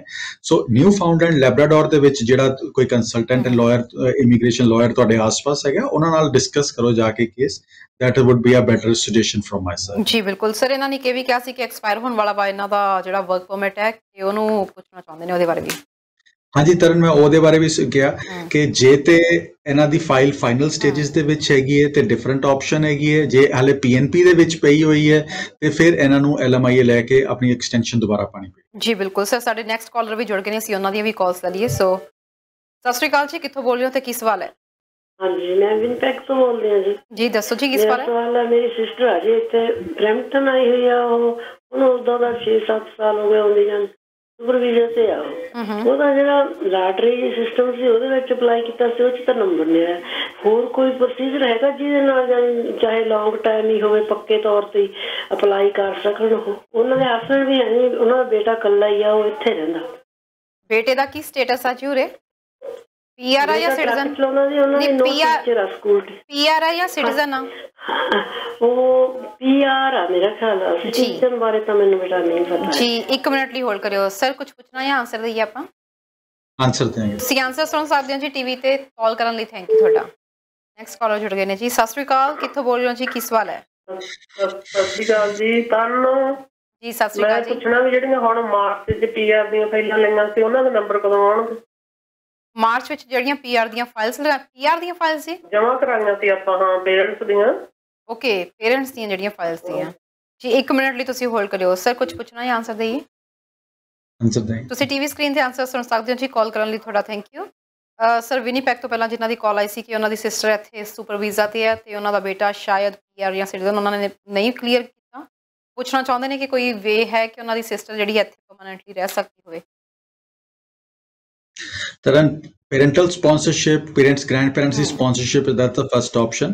ਦੂਸਰੀ, ਜੇ ਕੋਈ ਇਹੋ ਜਿਹੀ ਸਰਕਮਸਟੈਂਸਿਸ ਹੈਗੇ ਨੇ ਕਿ ਪਿੱਛੇ ਤੰਗ ਹੋਣਗੇ ਜਾਂ ਕੁਝ ਇਹੋ ਜਿਹੇ ਹੈਗੇ ਨੇ ਕਿ ਕੰਪੈਲਿੰਗ ਸਰਕਮਸਟੈਂਸਿਸ ਹੈਗੇ ਕਿ ਹਿਊਮੈਨਿਟੇਰੀਅਨ ਐਂਡ ਕੰਪੈਸ਼ਨੇਟ ਗਰਾਊਂਡਸ ਲੱਗਦੇ ਆ, ਤੇ ਉਹਦੇ ਵਿੱਚ ਵੀ ਐਪਲੀਕੇਸ਼ਨ ਜਾ ਸਕਦੀ ਹੈਗੀ ਹੈ। ਬਟ ਇੱਕ ਚੀਜ਼ ਦਾ ਖਿਆਲ ਰੱਖਿਆ ਜੇ, HNC ਦੇ ਵਿੱਚ ਜਿਹੜਾ ਸਕਸੈਸ ਰੇਟ ਹੈਗਾ that is relatively low and but application ਜ਼ਰੂਰ ਜਾ ਸਕਦੀ ਹੈਗੀ ਹੈ। ਐਂਡ ਤੀਸਰੀ ਚੀਜ਼ ਤਰਨ, ਮੈਂ ਇੱਕ ਚੀਜ਼ ਹੋਰ ਦੱਸੂਗਾ ਕਹੂੰਗਾ ਜੀ ਕਿ ਜਿੰਨੇ ਵੀ ਸਾਨੂੰ ਕਾਲਰਸ ਕਾਲ ਕਰਦੇ ਆ, ਪੂਰੀ ਇਨਫੋਰਮੇਸ਼ਨ ਲੈ ਕੇ ਕਾਲ ਕਰਿਆ ਕਰੋ ਤਾਂ ਕਿ ਅਸੀਂ ਤੁਹਾਨੂੰ ਅਪਰੋਪਰੀਏਟ ਆਨਸਰ ਦੇ ਸਕੀਏ। ਐਂਡ ਜਦੋਂ ਤੁਸੀਂ ਕਿਸੇ ਵਾਸਤੇ ਕਾਲ ਕਰਦੇ ਹੋ ਤੇ ਤੁਹਾਨੂੰ ਅੱਧੀ ਚੀਜ਼ਾਂ ਆਪ ਨਹੀਂ ਪਤਾ ਹੁੰਦੀਆਂ। ਸੋ ਇਟ ਇਜ਼ ਬੈਟਰ ਕਿ ਜਿਹੜਾ ਕੰਸਰਨਡ ਬੰਦਾ ਹੈਗਾ ਉਹ ਕਾਲ ਕਰੇ ਤਾਂ ਕਿ ਅਸੀਂ ਉਹਨੂੰ ਸਹੀ ਐਡਵਾਈਸ ਦੇ ਸਕੀਏ। ਬਿਲਕੁਲ। ਨੈਕਸਟ ਸਰ, ਜਿਨ੍ਹਾਂ ਦੀ ਕਾਲ ਆਈ ਸੀ ਕਿ ਉਹਨਾਂ ਨੇ ਕਿਹਾ ਕਿ ਜਿਨ੍ਹਾਂ ਦੀਆਂ ਹੁਣ ਮਾਰਚ ਵਿੱਚ ਪੇਰੈਂਟਸ ਦੀਆਂ PR ਦੀਆਂ ਫਾਈਲਸ ਦੀਆਂ ਲਗਾਈਆਂ ਗਈਆਂ ਨੇ, ਐਪਲੀਕੇਸ਼ਨਸ ਲਗਾਈਆਂ ਗਈਆਂ, ਉਹ ਕਦੋਂ ਤੱਕ ਉਹਨਾਂ ਦਾ ਨੰਬਰ ਆ ਸਕਦਾ ਆ? ਹੌਸਲਾ ਰੱਖੋ ਜੀ। ਜੀ ਹਲੇ ਟਾਈਮ ਲੱਗਣਾ, ਹਲੇ 2019 ਦੀਆਂ ਐਪਲੀਕੇਸ਼ਨਸ ਪ੍ਰੋਸੈਸ ਹੋ ਰਹੀਆਂ ਹੈਗੀਆਂ। ਸੋ ਬੀ ਪੇਸ਼ੈਂਟ। ਸਰ, ਬਿਜ਼ਨਸ ਤੇ ਇਨਵੈਸਟਮੈਂਟ ਦੇ ਜਿਵੇਂ ਉਹਦੇ ਤੇ ਆਵਾਂ, ਕੈਟਾਗਰੀ ਦੇ ਉੱਤੇ ਆਵਾਂ, ਕੀ ਹਜੇ ਕੈਨੇਡਾ ਵਿੱਚ ਡੋਰਸ ਓਪਨ ਨੇ ਇਸ ਕੈਟਾਗਰੀ ਲਈ? ਤਰਨ, ਬੇਸਿਕਲੀ ਹੁਣ ਇਕਨੋਮਿਕ ਰਿਵਾਈਵਲ ਵਾਸਤੇ ਸਾਨੂੰ ਬਿਜ਼ਨਸਮੈਨ ਦੇ ਉੱਤੇ ਫੋਕਸ ਕਰਨਾ ਪੈਣਾ। ਕਾਲ ਪਹਿਲੇ ਲੈ ਲਈਏ ਤਰਨ ਕਿ ਬਿਲਕੁਲ ਜੀ ਸਰ, ਆਪਾਂ ਪਹਿਲਾਂ ਕਾਲ ਲੈ ਲਈਏ, ਫਿਰ ਆਪਾਂ ਇਹਦੇ ਉੱਤੇ ਡਿਟੇਲ ਚ ਜਾਣਕਾਰੀ ਲੈਣੇ ਆ। ਤਾਂ ਮੈਂ ਸਰਵਰ ਟੀਮ ਨੂੰ ਕਹੂੰਗੀ ਇੱਕ ਕਰਕੇ ਕਾਲਸ ਫਾਰਵਰਡ ਕਰਨ। ਸਤਿ ਸ਼੍ਰੀ ਅਕਾਲ ਜੀ, ਕਿੱਥੋਂ ਬੋਲ ਰਹੇ ਹੋ? ਟੀਵੀ ਦੀ ਆਵਾਜ਼ ਨੂੰ ਥੋੜਾ ਜਿਹਾ ਘੱਟ ਕਰ ਦਿਓ ਪਲੀਜ਼। ਹੈਲੋ, ਸਤਿ ਸ਼੍ਰੀ ਅਕਾਲ ਜੀ। ਹਾਂਜੀ, ਕਿੱਥੋਂ ਬੋਲ ਰਹੇ ਹੋ ਜੀ ਤੇ ਕੀ ਸਵਾਲ ਹੈ? ਹਾਂਜੀ, ਅਸੀਂ ਕੈਲਗਰੀ ਤੋਂ ਬੋਲਦੇ ਹਾਂ ਜੀ। ਦੱਸੋ ਜੀ ਸਵਾਲ। ਹਾਂਜੀ, ਅਸੀਂ ਪੁੱਛਣਾ ਸੀਗਾ ਵੀ ਸਟੂਡੈਂਟ ਕੁੜੀ ਆਈ ਹੋਈ ਆ, ਵੀ ਉਹ 4 ਮਹੀਨੇ ਦੀ ਬ੍ਰੇਕ ਆ, ਫੁੱਲ ਟਾਈਮ ਕੰਮ ਕਰ ਸਕਦੀ ਹੈ? ਜੀ 1 ਮਿੰਟ ਲਈ ਹੋਲਡ ਕਰਿਓ ਸਰ, ਕੁਝ ਪੁੱਛਣਾ ਜਾਂ ਆਪਾਂ ਆਨਸਰ ਦਈਏ? ਆਨਸਰ ਦੇਂਗੇ। ਟੀਵੀ ਸਕਰੀਨ ਤੇ ਆਨਸਰ ਸੁਣ ਸਕਦੇ ਹੋ ਜੀ। ਕਾਲ ਕਰਨ ਲਈ ਥੈਂਕ ਯੂ ਤੁਹਾਡਾ। ਸਤਿ ਸ਼੍ਰੀ ਅਕਾਲ ਜੀ, ਕਿੱਥੋਂ ਬੋਲ ਰਹੇ ਹੋ, ਕੀ ਕਹਿਣਾ ਚਾਹੁੰਦੇ ਹੋ? ਸਤਿ ਸ਼੍ਰੀ ਅਕਾਲ ਜੀ। ਜੀ ਹਾਂਜੀ, ਦੱਸੋ ਜੀ। ਐਡਵੈਂਟਰ ਤੋਂ ਬੋਲਦੇ ਆ, ਸੁਪਰ ਵੀਜ਼ੇ ਤੇ ਆ। ਸਾਡੀ ਨਾ PR ਦੀ ਫਾਈਲ ਆਈ ਸੀ ਬੇਟੇ ਨੂੰ 19 ਦੇ ਵਿੱਚ, ਜੀ ਕਿਰਨ ਸੀ ਜੀ ਸਾਡਾ ਮੈਡੀਕਲ ਹੋ ਗਿਆ ਸੀ ਅਗਸਤ ਦੇ ਵਿੱਚ ਸਾਰੇ ਡਾਕੂਮੈਂਟ ਵੀ ਭੇਜਦੇ ਸੀ ਫਾਈਲ ਸਾਡੀ ਦਿੱਲੀ ਗਈ ਹੋਈ ਉਸ ਤੋਂ ਬਾਅਦ ਸਾਡਾ ਮੈਡੀਕਲ ਹੁਣ ਜਿਹੜਾ ਸੀ ਉਹ ਐਕਸਪਾਇਰ ਹੋ ਗਿਆ ਹੁਣ ਮਾਰਚ ਦੇ ਵਿੱਚ ਦੁਬਾਰਾ ਫਿਰ ਉਹਨਾਂ ਨੇ ਮੰਗਿਆ ਮੈਡੀਕਲ ਹੋ ਗਿਆ ਸਾਡਾ ਕਾਫੀ ਡਿਲੇ ਹੋ ਗਈ ਕਿੰਨਾ ਟਾਈਮ ਲੱਗੇਗਾ ਹੋਰ ਜੀ 1 ਮਿੰਟ ਲਈ ਹੋਲਡ ਕਰਿਓ ਸਰ ਕੁਝ ਪੁੱਛਣਾ ਜਾਂ ਆਨਸਰ ਦਈਏ ਆਪਾਂ ਆਨਸਰ ਦੇਾਂਗੇ ਟੀਵੀ ਸਕਰੀਨ ਤੇ ਆਨਸਰ ਸੁਣ ਸਕਦੇ ਹੋ ਜੀ ਕਾਲ ਕਰਨ ਲਈ ਥੈਂਕ ਯੂ ਤੁਹਾਡਾ ਸਰ ਪਹਿਲਾਂ ਜਿਹਨਾਂ ਦੀ ਕੈਲਗਰੀ ਤੇ ਕਾਲ ਆਈ ਸੀ ਕਿ ਸਟੂਡੈਂਟ ਲੜਕੀ ਇੱਥੇ ਉਹਨਾਂ ਦੀ ਆਈ ਹੋਈ ਹੈ 4 ਮਹੀਨੇ ਦੀ ਜਿਹੜੀ ਬ੍ਰੇਕ ਮਿਲੀ ਹੈ ਇਸ ਵਕਤ ਕਾਲਜ ਤੋਂ ਤੇ ਕੀ ਉਹ ਇਸ ਦੌਰਾਨ ਫੁੱਲ ਟਾਈਮ ਕੰਮ ਕਰ ਸਕਦੀ ਹੈ ਮੈਂਡੇਟਰੀ ਬ੍ਰੇਕਸ ਦੇ ਵਿੱਚ ਬੱਚਾ ਕੰਮ ਕਰ ਸਕਦਾ ਤਰਨ ਜੀ ਠੀਕ ਹੈ ਜੀ ਨੈਕਸਟ ਸੀ ਸਰ ਨੈਕਸਟ ਕਾਲਰ ਲਵਾਂਗੇ ਇੱਕ ਦਰਸ਼ਕ ਪਹਿਲਾਂ ਹੋਰ ਜੁੜ ਗਏ ਨੇ ਉਹਨਾਂ ਦੇ ਵੀਸੀ ਕਾਲ ਲੈ ਲਈਏ ਐਡਮਿੰਟਨ ਤੋਂ ਕਾਲ ਸੀ ਸੁਪਰ ਵੀਜ਼ਾ ਤੇ ਉਹਨਾਂ ਨੇ ਕਿਹਾ ਸੀ ਕਿ ਉਹ ਆਏ ਸਨ ਇਹਨਾਂ ਦੇ ਇੱਕ ਸਵਾਲ ਦਾ ਜਵਾਬ ਦੇਵਾਂਗੇ ਪਹਿਲਾਂ ਇੱਕ ਕਾਲ ਲੈ ਲਈਏ ਸਤਿ ਸ਼੍ਰੀ ਅਕਾਲ ਜੀ ਟੀਵੀ ਦੀ ਆਵਾਜ਼ ਘੱਟ ਕਰ ਦਿਓ ਜੀ ਕਿੱਥੋਂ ਬੋਲ ਰਹੇ ਹੋ ਦਰਸ਼ਕਾਂ ਨੂੰ ਬੇਨਤੀ ਹੈ ਜਦੋਂ ਸਾਡੇ ਨਾਲ ਗੱਲ ਕਰ ਰਹੇ ਹੁੰਦੇ ਆਪਣੇ ਟੀਵੀ ਦੀ ਆਵਾਜ਼ ਨੂੰ ਘੱਟ ਕਰ ਦਿਆ ਕਰੋ ਸਰ ਐਡਮਿੰਟਨ ਤੋਂ ਕਾਲ ਸੀ ਕਿ ਸੁਪਰ ਵੀਜ਼ਾ ਤੇ ਉਹ ਆਏ ਸੀ ਪੀਆਰ ਦੀ ਫਾਈਲ 2019 ਚ ਬੇਟੇ ਨੇ ਲਗਾਈ ਸੀ ਮੈਡੀਕਲ ਡਨ ਹੋ ਗਿਆ ਸੀ ਉਸ ਤੋਂ ਬਾਅਦ ਦੁਬਾਰਾ ਮੈਡੀਕਲ ਮੰਗਿਆ ਗਿਆ ਉਹ ਵੀ ਡਨ ਹੋ ਗਿਆ ਮਾਰਚ ਵਿੱਚ ਦੇ ਦਿੱਤਾ ਗਿਆ ਪਰ ਅਜੇ ਤੱਕ ਕੋਈ ਅਪਡੇਸ਼ਨ ਨਹੀਂ ਆਈ ਹੈ Tarn they are very close 2019 ਦੀਆਂ ਫਾਈਲਸ ਦੇ ਉੱਤੇ ਹੀ ਕੰਮ ਹੋ ਰਿਹਾ ਇਸ ਟਾਈਮ ਤੇ ਐਂਡ ਹੋਪਫੁਲੀ ਜਿਸ ਤਰ੍ਹਾਂ ਹੀ ਥਿੰਗਸ ਓਪਨ ਅਪ ਹੁੰਦੀਆਂ ਇਹਨਾਂ ਨੂੰ ਵੀਜ਼ਾ ਰਿਕੁਐਸਟ ਪਾਸਪੋਰਟ ਰਿਕੁਐਸਟ ਆ ਜਾਣੀ ਜੀ ਇਸ ਤਰ੍ਹਾਂ ਆਪਾਂ ਵਾਪਸ ਆਈ ਆਪਣੇ ਟੌਪਿਕ ਦੇ ਉੱਤੇ ਗੱਲ ਕਰ ਰਹੇ ਸੀ ਇਨਵੈਸਟਮੈਂਟ ਤੇ ਬਿਜ਼ਨਸ ਪਰਪਸ ਦੇ ਬਾਰੇ ਵਿੱਚ ਜਿਹੜੇ ਇੱਥੇ ਕੈਨੇਡਾ ਵਿੱਚ ਕਰਨਾ ਚਾਹੁੰਦੇ ਨੇ ਤਰਨ ਬਿਜ਼ਨਸਮੈਨ ਵਾਸਤੇ ਕਾਫੀ ਸਾਰੀਆਂ ਆਪਸ਼ਨਸ ਐਗਜ਼ਿਸਟ ਕਰਦੀਆਂ ਜੀ and owner operator intra company transfer startup visa PNP entrepreneur so options ਬਹੁਤ ਸਾਰੀਆਂ ਹੈਗੀਆਂ ਸੋ ਡਿਫਰੈਂਟ ਆਪਸ਼ਨਸ ਦੇ ਵਿੱਚ ਡਿਫਰੈਂਟ ਚੀਜ਼ਾਂ ਤੁਹਾਡੇ ਵਾਸਤੇ ਵਰਕ ਹੋ ਸਕਦੀਆਂ ਹੈਗੀਆਂ ਮੈਂ ਇੱਕੋ ਚੀਜ਼ ਕਹਿਣਾ ਕਿ ਜੇ ਤੁਸੀਂ ਕੋਈ ਵੀ ਬਿਜ਼ਨਸਮੈਨ ਹੈਗੇ ਹੋ ਤੁਹਾਡੇ ਫਾਦਰ ਤੁਹਾਡੇ ਬ੍ਰਦਰ ਤੁਹਾਡੇ ਭੈਣ ਭਾਈ ਤੁਹਾਡੇ ਦੋਸਤ ਇੰਡੀਆ ਦੇ ਵਿੱਚ ਬਿਜ਼ਨਸ ਕਰ ਰਹੇ ਹੋ ਕਿਸੇ ਹੋਰ ਕੰਟਰੀ ਦੇ ਵਿੱਚ ਬਿਜ਼ਨਸ ਕਰ ਰਹੇ ਹੋ ਆਪਣੀ ਸ਼ੇਅਰਸ ਡਿਟੇਲਸ ਸ਼ੇਅਰ ਕਰੋ ਕੁਝ ਪ੍ਰੋਗਰਾਮਸ ਇਹੋ ਜਿਹੇ ਹੈਗੇ ਨੇ ਜਿਹਦੇ ਵਿੱਚ ਤੁਸੀਂ ਬਿਜ਼ਨਸਮੈਨ ਹੋਣੇ ਜ਼ਰੂਰੀ ਹੈਗੇ ਹੋ ਓਨਰ ਆਪਰੇਟਰ ਇੱਕ ਇਹੋ ਜਿਹਾ ਪ੍ਰੋਗਰਾਮ ਸੀਗਾ ਜਿਹਦੇ ਵਿੱਚ ਹੁਣ ਕਾਫੀ ਸਾਰੀ ਚੇਂਜਸ ਆ ਚੁੱਕੀਆਂ ਹੈਗੀਆਂ ਜਿਹਦੇ ਵਿੱਚ ਤੁਸੀਂ ਕੈਨੇਡਾ ਆ ਕੇ ਬਿਜ਼ਨਸ ਬਾਏ ਕਰਦੇ ਸੀਗੇ ਤੇ ਐਜ਼ ਅ ਓਨਰ ਆਪਰੇਟਰ ਤੁਸੀਂ ਕੰਮ ਕਰਨਾ ਸ਼ੁਰੂ ਕਰ ਦਿੰਦੇ ਸੀ ਤੁਹਾਨੂੰ ਵਰਕ ਪਰਮਿਟ ਮਿਲ ਜਾਂਦਾ ਸੀਗਾ ਐਂਡ ਉਹਦੇ ਵਿੱਚ ਤੁਸੀਂ ਸਾਲ ਬਾਅਦ PR ਦੀਆਂ ਆਪਸ਼ਨਸ ਵੀ ਤੁਹਾਡੇ ਕੋਲ ਬਣਨੀਆਂ ਸ਼ੁਰੂ ਹੋ ਜਾਂਦੀਆਂ ਸੀਗੀਆਂ ਹੁਣ ਇੰਟਰਾ ਕੰਪਨੀ ਟ੍ਰਾਂਸਫਰ ਇੱਕ ਇਹੋ ਜਿਹਾ ਹੈਗਾ ਜਿੱਥੇ ਤੁਸੀਂ ਆਪਣਾ ਇੰਡੀਆ 'ਚ ਬਿਜ਼ਨਸ ਕਰ ਰਹੇ ਹੋ ਕਿਸੇ ਹੋਰ ਕੰਟਰੀ ਦੇ ਵਿੱਚ ਕਰ ਰਹੇ ਹੋ ਉਹ ਬਿਜ਼ਨਸ ਤੁਸੀਂ ਐਕਸਪੈਂਡ ਕਰਨਾ ਚਾਹੁੰਦੇ ਹੋ ਕੈਨੇਡਾ ਦੇ ਵਿੱਚ ਤੇ ਉਹਦੇ ਸਿਰ ਦੇ ਉੱਤੇ ਤੁਸੀਂ ਇੱਥੇ ਵੀਜ਼ਾ ਲੈ ਕੇ ਆ ਸਕਦੇ ਹੋ ਕੰਮ ਕਰ ਸਕਦੇ ਹੋ ਤੁਹਾਡੀ ਫੈਮਿਲੀ ਨੂੰ ਵੀ ਡਿਪੈਂਡੈਂਟ ਵੀਜ਼ਾਸ ਮਿਲ ਜਾਂਦੇ ਨੇ ਉਹ ਵਰਕ ਪਰਮਿਟ ਤੇ ਕੰਮ ਕਰ ਸਕਦੇ ਨੇ ਬੱਚੇ ਪੜ੍ਹ ਸਕਦੇ ਨੇ without spending a single cent so ਆਹ ਆਪਸ਼ਨਸ ਐਗਜ਼ਿਸਟ ਕਰਦੀਆਂ ਹੁਣ ਆਹ ਜਿੰਨੇ ਵੀ ਪ੍ਰੋਗਰਾਮਸ ਹੈਗੇ ਨੇ ਭਾਵੇਂ ਐਂਟਰਪ੍ਰੈਨਿਓਰ ਦੀ ਗੱਲ ਕਰ ਲਈਏ PNPs ਦੀ ਗੱਲ ਕਰ ਲਈਏ ਅਸੀਂ ਸਟਾਰਟਅਪ ਦੀ ਗੱਲ ਓਨਰ ਆਪਰੇਟਰ ਦੀ ਗੱਲ ਕਰੀਏ ਇੰਟਰਾ ਕੰਪਨੀ ਇਹਨਾਂ ਸਾਰਿਆਂ ਦੇ ਵਿੱਚ ਤੁਸੀਂ ਪਹਿਲੇ ਟੈਂਪਰੇਰੀ ਸਟੇਟਸ ਦੇ ਉੱਤੇ ਆਉਂਦੇ ਹੋ ਸਟ੍ਰੇਟ PR ਨਹੀਂ ਮਿਲਦੀ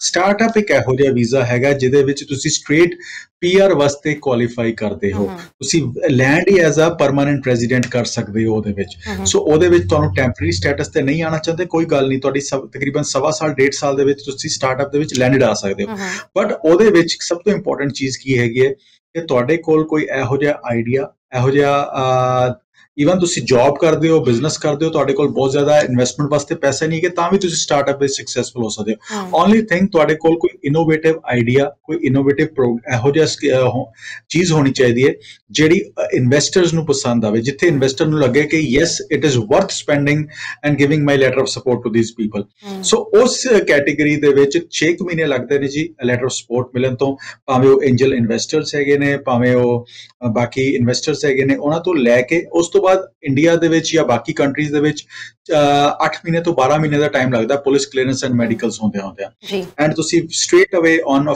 ਵਿਦ ਫੈਮਿਲੀ ਲੈਂਡ ਕਰ ਜਾਂਦੇ ਹੋ ਸਟਰਨ ਇੱਕ ਇਹੋ ਜਿਹਾ ਪ੍ਰੋਗਰਾਮ ਹੈ ਸਿਰਫ 5 ਬੈਂਡਸ ਤੁਹਾਡੇ ਕੋਲ CLB 5 ਚਾਹੀਦਾ ਹੈਗਾ ਬੇਸਿਕਲੀ ਰਿਕੁਆਇਰਮੈਂਟ ਜਿਹੜੀ ਜੀ ਦੂਸਰੀ ਚੀਜ਼ ਹੈਗੀ ਐਜੂਕੇਸ਼ਨ ਦੀ ਵੀ ਕੋਈ ਇੰਨੀ ਅਹਿਮ ਰਿਕੁਆਇਰਮੈਂਟ ਨਹੀਂ ਕਿ ਬੈਚਲਰ ਜ਼ਰੂਰ ਹੋਣਾ ਚਾਹੀਦਾ ਮਾਸਟਰਸ ਕੋਈ ਇਹੋ ਜਿਹੀ ਰਿਕੁਆਇਰਮੈਂਟ ਨਹੀਂ ਹੈਗੀ ਜੇ ਘੱਟ ਵੀ ਹੈਗੀ ਹੈ ਤਾਂ ਵੀ ਤੁਸੀਂ ਇਸ ਪ੍ਰੋਗਰਾਮ ਦਾ ਫਾਇਦਾ ਚੱਕ ਸਕਦੇ ਹੋ ਔਨ ਪ੍ਰੋਵਾਈਡਡ ਕਿ ਤੁਹਾਡੇ ਕੋਲ ਕੋਈ ਇਹੋ ਜਿਹੀ ਚੀਜ਼ ਹੋਵੇ ਇਹੋ ਜਿਹਾ ਇਨੋਵੇਟਿਵ ਆਈਡੀਆ ਹੋਵੇ ਜਿਹੜੀ ਇਹੋ ਜਿਹਾ ਪ੍ਰੋਗਰਾਮ ਹੋਵੇ ਜਿਹੜਾ ਇੱਥੇ ਇਨਵੈਸਟਰਸ ਨੂੰ ਪਸੰਦ ਆਉਣ ਵਾਲਾ ਹੋਵੇ ਜੀ ਤੇ ਸਰ ਹੁਣ ਸਮਾਂ ਵੀ ਲਗਭਗ ਇਜਾਜ਼ਤ ਲੈਣ ਦਾ ਹੋ ਰਿਹਾ ਤੇ ਕਾਫੀ ਅੱਜ ਆਪਾਂ ਸਟੂਡੈਂਟਸ ਦਾ ਆਪਸ਼ਨਸ ਡਿਸਕਸ ਕੀਤੇ ਨੇ ਜਿਹੜੇ ਦਰਸ਼ਕ ਇਸ ਵਕਤ ਤੁਹਾਨੂੰ ਦੇਖ ਰਹੇ ਨੇ ਉਹਨਾਂ ਨੂੰ ਕੀ ਕਹਿਣਾ ਚਾਹੋਗੇ ਤਰਨ ਇੱਕੋ ਹੀ ਚੀਜ਼ ਕਿ ਆਨਲਾਈਨ ਸਾਰੀਆਂ ਚੀਜ਼ਾਂ ਅਵੇਲੇਬਲ ਹੈਗੀਆਂ। ਇਸੇ ਤਰ੍ਹਾਂ ਤੁਸੀਂ ਘਰ ਖਰੀਦਣ ਜਾਓ, ਆਨਲਾਈਨ ਸਾਰੀਆਂ ਚੀਜ਼ਾਂ ਘਰ ਮਿਲ ਜਾਂਦੀ ਹੈਗੇ ਨੇ। ਬਟ ਜਦੋਂ ਤੁਸੀਂ ਕਿਸੇ ਪ੍ਰੋਫੈਸ਼ਨਲ ਰੀਅਲਟਰ ਨੂੰ ਹਾਇਰ ਕਰਦੇ ਹੋ, ਰੀਅਲਟਰ ਤੁਹਾਨੂੰ 25-30,000 50,000 ਈਵਨ ਕੁਝ ਕਈ ਵਾਰੀ ਲੱਖ 2-2 ਲੱਖ ਵੀ ਘੱਟ ਸਸਤਾ ਲੈ ਕੇ ਦੇ ਸਕਦੇ ਨੇ। ਐਂਡ ਜਦੋਂ ਤੁਸੀਂ ਇੰਸਪੈਕਟਰ ਨੂੰ ਹੋਮ ਇੰਸਪੈਕਸ਼ਨ ਵਾਸਤੇ ਲੈ ਕੇ ਜਾਂਦੇ ਹੋ ਤਾਂ ਹੋਮ ਇੰਸਪੈਕਟਰਸ ਕਈ ਇਹੋ ਜਿਹੇ ਖਾਮੀਆਂ ਕਰ ਦਿੰਦੇ ਨੇ ਜਿਹਦੇ ਕਰਕੇ ਤੁਸੀਂ ਪ੍ਰਾਈਸ ਘਟਾ ਸਕਦੇ ਹੋ ਆਪਣੀ ਜਿਹੜੀ ਪ੍ਰਾਪਰਟੀ ਤੁਸੀਂ ਬਾਏ ਕਰਨ ਜਾ ਰਹੇ ਹੋ। ਇਸੇ ਤਰ੍ਹਾਂ ਜਦੋਂ ਤੁਸੀਂ ਸੈਲ ਕਰਨ ਜਾਂਦੇ ਹੋ ਮਾਰਕੀਟ ਦੇ ਵਿੱਚ ਤੁਸੀਂ ਪ੍ਰਾਈਵੇਟ ਸੇਲ ਵੀ ਕਰ ਸਕਦੇ ਹੋ। ਬਟ ਜਦੋਂ ਤੁਸੀਂ ਇੱਕ ਰੀਅਲਟਰ ਹਾਇਰ ਕਰ ਲੈਂਦੇ ਹੋ, ਰੀਅਲਟਰ ਤੁਹਾਨੂੰ ਐਕਸਟਰਾ ਪ੍ਰਾਈਸ ਲੈ ਕੇ ਦਿੰਦਾ ਮਾਰਕੀਟ ਦੇ ਵਿੱਚੋਂ, ਉਹ ਸੋ ਤੁਹਾਡੀ ਫੀਸ ਆਪਣੇ ਫੀਸ ਵਿੱਚੋਂ ਹੀ ਕੱਢ ਲੈਂਦਾ ਹੈਗਾ ਐਂਡ ਸਰਵਿਸਿਜ਼ ਅਲੱਗ ਦਿੰਦਾ ਹੈਗਾ, ਸਾਰੀ ਚੀਜ਼ ਦਾ ਲੁੱਕ ਆਫਟਰ ਕਰਦਾ ਹੈਗਾ। ਇਸੇ ਤਰ੍ਹਾਂ ਇਮੀਗ੍ਰੇਸ਼ਨ ਵਾਸਤੇ everything is available online. Blogs ਪੜ੍ਹ ਕੇ ਤੁਸੀਂ ਕਹੋਗੇ ਹਰ ਬੰਦੇ ਦੇ ਸਰਕਮਸਟੈਂਸਸ ਤੁਹਾਡੇ ਨਾਲੋਂ ਡਿਫਰੈਂਟ ਹੈਗੇ ਨੇ, ਦੇ ਆਰ ਨਾਟ ਸੇਮ। ਇੱਕ ਚੀਜ਼ ਦਾ ਖਿਆਲ ਰੱਖਿਆ ਜੇ, ਹਰ ਬਲੌਗ ਦੇ ਵਿੱਚ ਡਿਫਰੈਂਟ ਆਪਸ਼ਨ ਡਿਫਰੈਂਟ ਚੀਜ਼ਾਂ ਮਿਲਣਗੀਆਂ। 50 ਬਲੌਗਸ ਦੇ ਵਿੱਚ ਜਾਓਗੇ ਇੱਕੋ ਚੀਜ਼ ਦੇ 50 ਆਨਸਰ ਨਜ਼ਰ ਆਣਗੇ, but they have all different circumstances ਜਿਹੜੇ ਲੋਕੀ ਨਹੀਂ ਦੱਸਦੇ। ਐਂਡ ਤੁਹਾਨੂੰ ਕੀ ਪਤਾ ਕਿ ਜੈਨੂਇਨਲੀ ਕਿੰਨੇ ਆਪਣਾ ਕੇਸ ਸ਼ੇਅਰ ਕਰ ਰਹੇ ਨੇ। There are lot of people who do not put up their actual information on the blogs.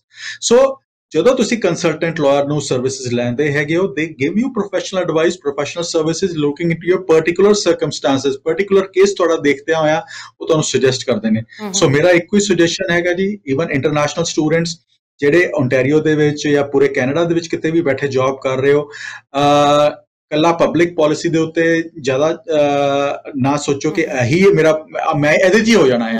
ਸੋ ਹੋਰ ਵੀ ਬੜੇ ਪ੍ਰੋਗਰਾਮਸ ਹੈਗੇ ਨੇ ਐਂਡ ਜਿਹੜੇ ਇੰਪਲੋਇਰ ਨਾਲ ਜੌਬ ਕਰ ਰਹੇ ਹੋ ਪੂਰੀ ਸਿੰਸੀਅਰਿਟੀ ਓਨੈਸਟੀ ਨਾਲ ਜੌਬ ਕਰੋ ਐਂਡ ਆਪਣੇ ਇੰਪਲੋਇਰ ਨੂੰ ਵੀ ਕਹੋ ਕਿ ਤੁਹਾਨੂੰ ਸਪੋਰਟ ਕਰਨ ਇਨ ਯੋਰ Endeavour towards permanent residency. And ਕਹਿੰਦੇ ਆ ਕਿ ਵਾਟ ਗੋਜ਼ ਅਰਾਊਂਡ ਕਮਸ ਅਰਾਊਂਡ। ਜਦੋਂ ਤੁਸੀਂ ਛੱਡ ਕੇ ਦੌੜਦੇ ਹੋ, ਕੱਲ ਨੂੰ ਤੁਹਾਨੂੰ ਲੋੜ ਪੈ ਗਈ ਤੇ ਇੰਪਲੋਇਰ ਨੇ ਤੁਹਾਨੂੰ ਸਪੋਰਟ ਨਹੀਂ ਕਰਨਾ। ਸੋ ਜਿੱਥੇ ਕੰਮ ਕਰ ਰਹੇ ਹੋ ਪੂਰੀ ਸਿੰਸੀਅਰਿਟੀ ਐਂਡ ਓਨੈਸਟੀ ਨਾਲ ਕਰੋ ਨਾ। ਜਦੋਂ ਕੰਮ ਛੱਡ ਕੇ ਵੀ ਜਾਣਾ ਹੈਗਾ ਆਪਣੇ ਇੰਪਲੋਇਰ ਤੋਂ, ask them and please tell them ਕਿ ਸਰ ਮੈਂ I am ready to move out from here. ਤੁਸੀਂ ਦੱਸੋ ਕਿ ਮੇਰੇ ਵਾਸਤੇ ਰਿਪਲੇਸਮੈਂਟ ਤੁਸੀਂ ਕਿੰਨੀ ਦੇਰ 'ਚ ਦੇਖ ਸਕਦੇ ਹੈਗੇ ਹੋ ਐਂਡ ਉਹ ਰਿਪਲੇਸਮੈਂਟ ਨੂੰ ਤਿਆਰ ਕਰਨ ਦੇ ਵਿੱਚ ਆਪਣੇ ਇੰਪਲੋਇਰ ਦੀ ਹੈਲਪ ਕਰੋ। ਕੱਲ ਨੂੰ ਤੁਸੀਂ ਆ ਕੇ ਆਪਣਾ ਬਿਜ਼ਨਸ ਜਦੋਂ ਐਸਟੈਬਲਿਸ਼ ਕਰਨਾ, ਜਦੋਂ ਤੁਹਾਡੀ ਵਰਕਫੋਰਸ ਇਸ ਤਰ੍ਹਾਂ ਛੱਡ ਕੇ ਦੌੜੇਗੀ ਤਾਂ ਤੁਹਾਨੂੰ ਪਤਾ ਚੱਲੇਗਾ ਕਿ ਤੁਸੀਂ ਕੀ ਗਲਤ ਕੀਤਾ ਸੀ ਉਸ ਟਾਈਮ। ਬਿਲਕੁਲ ਜੀ ਸਰ, ਤੁਹਾਡੇ ਨਾਲ ਕੰਟੈਕਟ ਕਰਨਾ ਹੋਵੇ ਕਿਸ ਟਾਈਮ ਕਿਵੇਂ ਕੀਤਾ ਜਾ ਸਕਦਾ ਹੈ? ਤਰਨ ਸਾਡਾ ਫੋਨ ਨੰਬਰ ਹੈਗਾ ਜੀ 9054612424, ਈਮੇਲ ਆਈਡੀ ਹੈਗਾ info@iccImmigration.ca ਐਂਡ WhatsApp ਨੰਬਰ ਹੈਗਾ 6478509000 6478509000। ਜੇ ਤੁਸੀਂ ਬਿਜ਼ਨਸਮੈਨ ਹੈਗੇ ਹੋ looking for options to settle down in Canada. Taran ਅੱਜ ਦੀ ਤਰੀਕ ਦੇ ਵਿੱਚ ਇੱਕ ਚੀਜ਼ ਬੜੀ ਸਰਪ੍ਰਾਈਜ਼ਿੰਗ ਹੋ ਗਈ ਹੈ ਕਿ ਇੰਡੀਆ ਦੇ ਵਿੱਚੋਂ ਆਈ ਥਿੰਕ ਪਿੱਛੇ 4-6 ਹਫ਼ਤਿਆਂ ਦੇ ਵਿੱਚ ਇਹੋ ਜਿਹੇ ਸਰਕਮਸਟੈਂਸਸ ਕ੍ਰੀਏਟ ਹੋਏ ਕਿ ਹਰ ਬਿਜ਼ਨਸਮੈਨ ਉੱਥੋਂ ਮੂਵ ਆਊਟ ਹੋਣਾ ਚਾਹੁੰਦਾ ਹੈਗਾ। ਹਰ ਬਿਜ਼ਨਸ ਆਪਣਾ ਐਸਟੈਬਲਿਸ਼ ਕਰਨਾ ਚਾਹੁੰਦਾ, ਆਪਣੇ ਫੈਮਿਲੀ ਮੈਂਬਰਸ ਨੂੰ ਘੱਟੋ ਘੱਟ ਇੱਕ ਬੰਦੇ ਨੂੰ ਜ਼ਰੂਰ ਐਸਟੈਬਲਿਸ਼ ਕਰਨਾ ਚਾਹੁੰਦਾ। ਸੋ ਆਪਸ਼ਨਸ ਬਹੁਤ ਸਾਰੀਆਂ ਹੈਗੀਆਂ। ਓਨਲੀ ਥਿੰਗ ਇਜ਼ ਆਪਣੀ ਚੀਜ਼ਾਂ ਸ਼ੇਅਰ ਕਰੋ and we will suggest you ਕਿ ਕਿਹੜੀ ਆਪਸ਼ਨ ਤੁਹਾਡੇ ਵਾਸਤੇ ਬੈਸਟ ਵਰਕ ਕਰ ਸਕਦੀ ਹੈ।